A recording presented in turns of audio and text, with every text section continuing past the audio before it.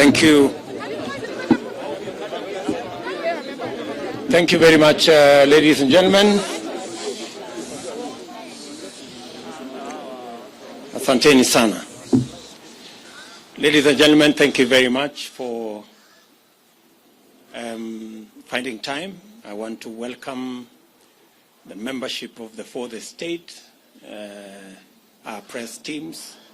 Karibuni sana katika makao haya ya naibu wa rais wa Jamhuri ya Kenya. And by way of beginning, we have concluded the parliamentary group meeting for the Hustler Nation movement that encompasses members of parliament from different political parties that have now converged as members of one parliamentary group meeting. We have discussed a myriad of issues. We have discussed about our political formation, the United Democratic Alliance. We have discussed on parliamentary business that is currently before the House and that we intend to sponsor and support going forward. We have discussed matters of national importance. We've had a long discussion on the current situation in the country, especially relating to the COVID-19 pandemic that has ravaged the country. We took the position as a team when the Ministry of Health announced the surge in numbers to reschedule all our public engagements until further notice, as I announced formally on my social media platform. We've had also an in-depth discussion on matters to do with what we believe should be the current engagement on managing the COVID-19 pandemic, especially with reference to vaccination. And we are going to make a statement about that. We also appreciate this political situation in the country. And we've also discussed on other matters of housekeeping and how we intend to engage the public in our responsibilities, different responsibilities as members of parliament, as senators, and as leaders in the Republic of Kenya. Ladies and gentlemen, we have a short statement that we are going to make. We appreciate that, as we said about 2 years ago, that it was the intention of this team to change the political conversation in our country. We are very proud and happy that finally the conversation in Kenya has changed. And today we are not discussing about constitutional change. We are discussing matters economy. That we are not engaged in an exercise of trying to create positions for leaders, that we are in the passionate engagement to see how we can create jobs for ordinary citizens. That today in Kenya, the conversation is not about leaders and what is in it for them. in the next political dispensation. The discussion is what is in it for Mama Mboga, the Boda Boda guys, the ordinary people in Kenya. We are very proud that while in the past we were discussing about the Prime Minister and Deputy Prime Minister and other positions, today Mama Mboga has taken the center stage. And the Boda Boda guy is at the heart of the political conversation in Kenya. We welcome our competitors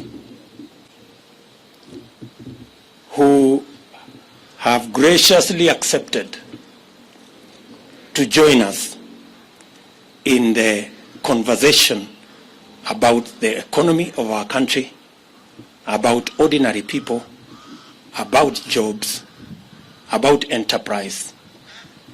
We want to tell them we are ready and we want to engage in that conversation that is going to bury forever the politics of ethnicity, the politics of division and hate, and is going to elevate our political competition to the realm of issues that would make a difference in the lives of the people of Kenya. We understand that our competitors have criticized matters to do with the economy and matters to do with our bottom-up model. We welcome all the criticism because it is an avenue for us to improve on our model. And while we are at it, they should equally explain to the country how their trickle-down economic model that has not worked for the last 50, 60 years is going to work this time round. It is a healthy conversation. We want to persuade them to remove insults and the reference to bottom-up or bottoms-up liquor competition or anatomy of different parts of the body. We should get rid of those insults. Let us have a healthy competition, a conversation about the economy of our country. Kenya will be a lot better, and Kenya stands a chance to be greater when we all engage in issues, especially on the bottom-up economic model, to lift the millions of citizens of our nation that today either are jobless or are hustling, or farmers and pastoralists and herders who are on food relief. It is our very considered view that our focus on these 15 million Kenyans will not only help us broaden and expand and recruit new taxpayers. We will have the necessary, they will help us to raise the necessary resources to run government, and also the necessary resources for us to retire debt that is becoming a crisis in our country. I do not wish to say more than that. Let me now request, starting with Alice Wahome, to begin our statement. Alice. Yeah, thank you. Thank you, Your Excellency. Members of the press, this is a written statement signed by all the members that are present for this press conference. I'll start. Kenyans desire a new, inclusive, people-centered conversation on the future of our nation. That's our title. The governing Jubilee Party has collapsed. The opposition NASA coalition has disintegrated. The Hasra nation has found a new home in the United Democratic Alliance. We welcome all Kenyans who desire a greater future to join us in the United Democratic Alliance. In 2017, Jubilee was elected by an overwhelming majority on the platform of the Big Four agenda that was anchored on the success of the party's first term. Subsequently, a merger of the governing party and the opposition coalition was occasioned by the handshake that was presented ostensibly as a framework for peace and economic growth. Kenyans initially welcomed this development and hoped that the promise of a peaceful environment would facilitate the implementation of the Big Four agenda and enable the Jubilee administration to continue with its development plan. That was never to be. I will now call Soipan to continue with the statement.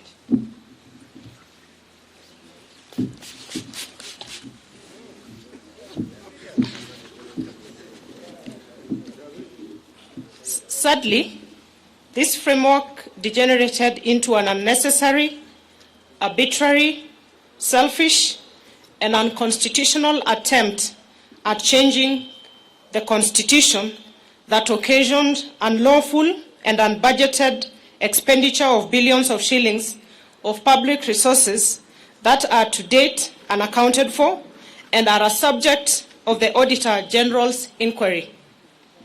Little wonder, a recent survey has shown that 72% of Kenyans believe that the country is headed in the wrong direction.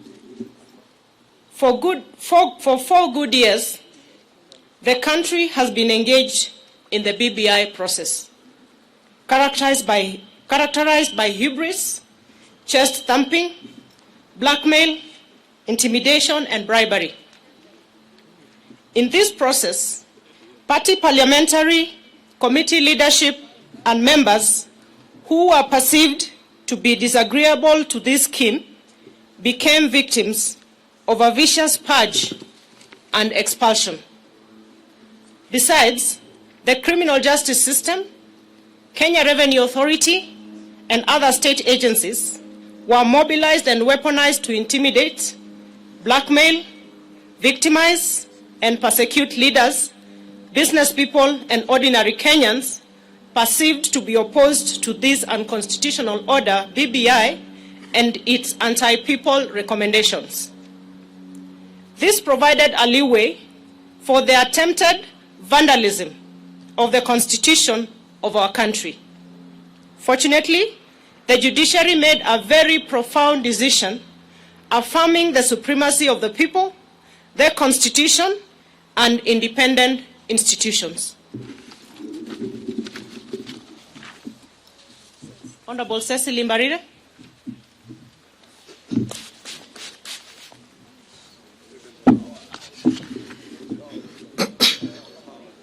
Regrettably, the NASA coalition, its principals, and their Jubilee collaborators took the government hostage, hijacked its agenda, and, one, completely destroyed the governing Jubilee Party and dismembered the entire opposition coalition.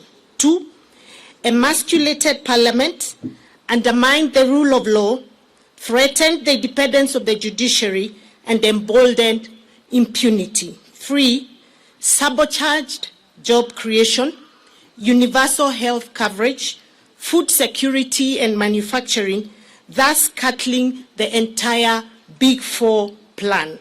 Four, criminalized hustler enterprises in places like Nyamakima, Gikomba, Kamukunji, Kirinyaga Road, and River Road, amongst others. 5, presided over the brutal or inhuman evictions and demolitions of the vulnerable and destruction of private property in places like Kariobangi, Ruai, amongst many other places across the country. 6, mismanaged the economy, leading to stockpiling of public debt to unprecedented levels that has occasioned the current economic crisis that our country is facing. I wish to call upon Honorable Benjamin Tayari. Thank you. Thank you. Our approach towards a bottom-up economic and governance model. To address this sad and grim state of affairs facing our country, the Hustler Nation, forged by the people in the diversity from all parts of the country, here represented by leaders from across the political divide, believe in a new economic and political paradigm that prioritizes 1, bottom-up over trickle-down economics. 2, the people over their leaders. 3, empowerment over power sharing. 4, jobs over positions. 5, enterprise over patronage. 6, economic transformation over opportunistic constitutional amendment. I hereby call Honorable Mabonga to continue.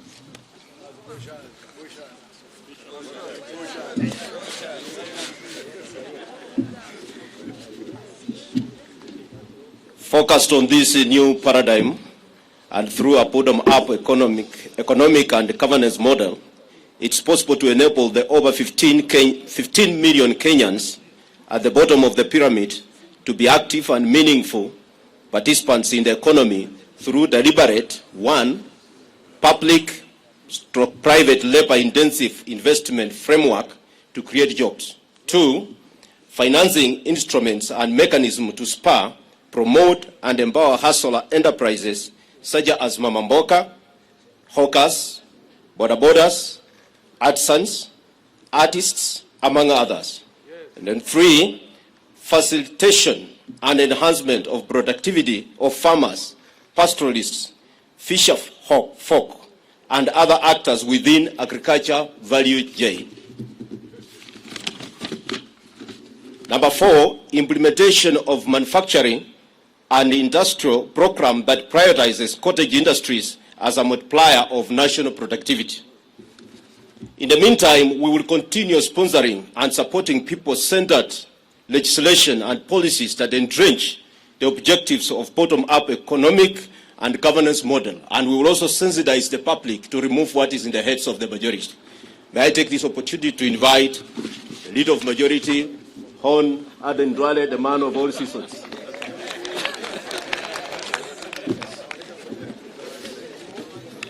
Thank you, Member for Bumula. It is our considered view that to open up the economy, and this is on COVID-19 pandemic, as the PG, we have deliberated the matter, and we are saying it is our considered view that to open up the economy and to facilitate economic activity among our people, especially for the millions of hustlers, it is imperative on the part of government to proactively and decisively deal with the COVID-19 pandemic. Currently, our country in the world is focused on the speedy mass vaccination of its population. We expect the Ministry of Health to, without any further delay, to roll out the vaccination of Kenyans with immediate effect, as earlier communicated by government and more so by His Excellency the President. Through mass vaccination, we can save lives and progressively reopen our community, our economy, the way it has been done in many other countries. That is the end of our statement from the parliamentary group. We had 135 members of parliament from both houses. 15 have sent their apologies. We have 2 of our governors, the governor for Turkana, Governor Nanok, and the governor for Nandi, His Excellency Governor Sang. And I think you have heard what the PG has discussed. Any other question you want to ask, if it is not part of our statement, that means it was not an agenda and we will not discuss it. But I think, as the Deputy President has said, mine is to send a message to our competitors, because the election is about 1 year to come. They believe in constitutional reforms and constitutional change. We believe the priority is the economy, and more so the bottom-up economic model. They believe in ganging up and forming tribal chieftain. We believe in a unified, unitary state, politics based on and space created for all Kenyans. They believe in sharing of positions, and that's why you see each one of them. They have no agenda, they have no manifesto, they have no economic model. Some are saying, my business is to deny William Ruto the presidency. That is the agenda of one of the leaders. Another one is so busy with trying to revive NASA and Oka Kenya. So we are saying our manifesto, our agenda is very clear, and we want them also to put in place why the bottom-up model is not good for Kenya, but the trickle-down model that we have lived with since independence is better than what we have. So that should be the discussion. That should be the narrative. So we want the people of Kenya to choose between us and them based on very informed social, economic, political models. That's it, I think. If you have 1 or 2 questions, then before we leave. Yes, from KTN. And it should be something on this statement. Thank you, and very good afternoon. Chris Taylor from KTN. 2 questions. One, from your statement, you seem to be people who are not happy with the Jubilee Party that most of you members of parliament have voted in. And to an extent of the juniors going ahead, even frustrating the second person in command in the country. Then one would ask, why not call it a day and you all resign, and I can see you have a formidable team, and go to the ground. Let me help you. Let me help you for votes. The second question. The second question. I would like to know the issue to do with PEP, the People's Empowerment Party. There have been reports that there have been some wrangles between PEP and UDA, especially in the Mount Kenya region.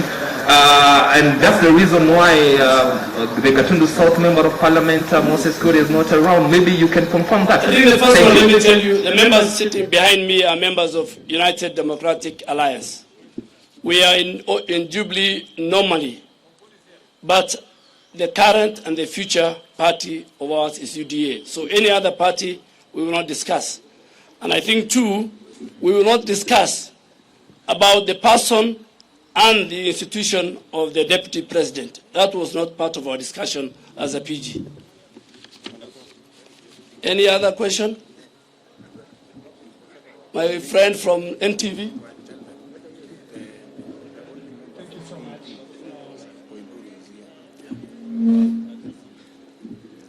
Thank you so much. And just before you ask, on PEP, the only member on PEP who is a hustler from the Hustler Nation is here and is part of our PG. And is here. Please. Thank you so much, Seth Olale, NTV. Just to ask if UDA is working with its affiliates TSP, Chama cha Kazi, and also you've said, bit of majority have said that, you know, you're either with us or not with us, but are you open as UDA, now that we're going into a general election and we have a tradition of, you know, transfer of members of parliament and even politicians to other coalitions? Are you open to work with other coalitions such as OCAN, the rest? Thank you. Thank you very much, Mr. Olani. As has been communicated to you, that was not part of the discussion today. So, at an appropriate moment, when that becomes a subject of discussion in our PG, we will ably respond to what you have said. So please hold your horses. Any other question? Yes. My question is about bottom up. Can you be able to emphasize? We know the numbers of the youth in this country, they have no job. Can you be able to emphasize how are you going to improve that economically? Yeah, good question. Good question there. If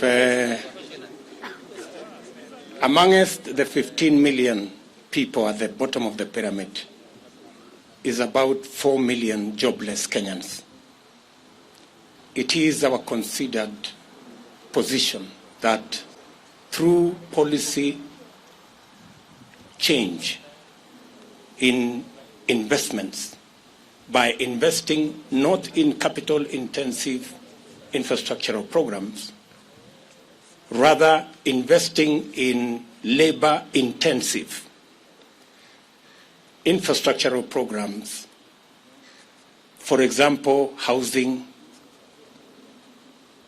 cottage industry, agro-processing, value addition, informal manufacturing, we can create millions of jobs. I know the question many people ask, where are you going to find the money? Let me tell you, we didn't have to look for additional money for us to do the 10,000 kilometers of roads we have done. We changed the model of building roads. By changing the model, we can create more jobs, we can create more enterprise, and we can get farmers and pastoralists supported to produce more. That is the bottom-up economic model. In any place, we join parties by choice, and you live by choice. One last more. Leto and yes, Sema Leto. Since you were not in the room where I made that statement, maybe I will recommend biashara kuwapa mikopo yenye riba ya chini, biashara kukopa madeni, kwa sababu tutakuwa na pesa ambayo sisi wenyewe kwa kuzalisha nyingi, biashara kukopa madeni, kwa sababu tutakuwa na pesa ambayo sisi wenyewe kwa kuzalisha nyingi, na itatuwezesha kuendesha serikali yetu bila ya kwenda, by making sure we have more Kenyans brought into the tax paying bracket, because we have enabled either them to get jobs or their enterprises to grow.